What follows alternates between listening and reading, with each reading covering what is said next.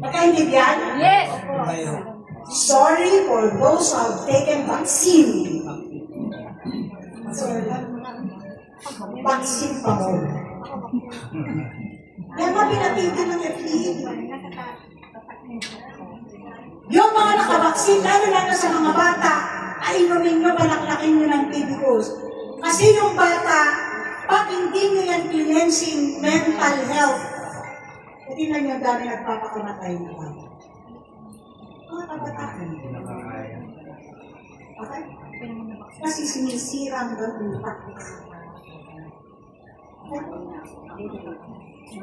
The best product that ever created by God is tibicus. 5 klase ng prutas, 4 na klase ng herb, 1 klase na vegetable. At ang nalagay po dyan, para sa katawan mo, ma'am, para sa Mexican. Wow. Ma'am, may nutritionist tayo dito. Why, wellness coach tayo dito, paturo ka. Or sa akin pa lang, pwede na. Kaya lang, hindi ko mag-promise araw-araw ko nandito. 5 ang branches na tinutukan ko. Mag-o-open pa ang tikan. Tapos next week, nasa Davao ako. Paano mo ako makakagilap? Madaling lapitan, mahirap hanapin. Very true. Okay?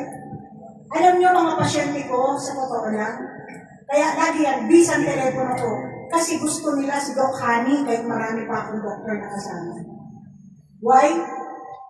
Bakit? Siyempre ako kasi diretsahan ako. Alam niyo ba na pinapagalitan ko pasyente ko na hindi tumagaling? Ganun ako na doktor. 3 beses na balik-balik ka sa akin, hindi ka pa gumagaling, pagagalitan na talaga kita. Bakit? I've given you all the protocol. Di mo ako sinusundan. Bakit? Tigas pa rin ang ulo mo. Hindi ko ka kailangan ng pasyente ganun. You better get out from my sight. Why? Kasi gusto ko, pasyente ko, dapat gumaling. Yes? Yes. Hindi ko kailangan ng pera ng isang pasyente, kagaya ng ibang doktor dyan.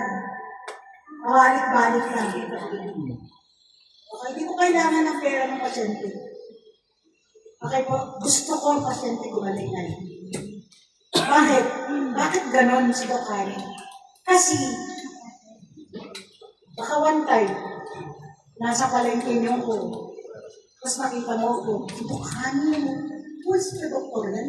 Tinirahan lang ako. Hindi man ako gumaling.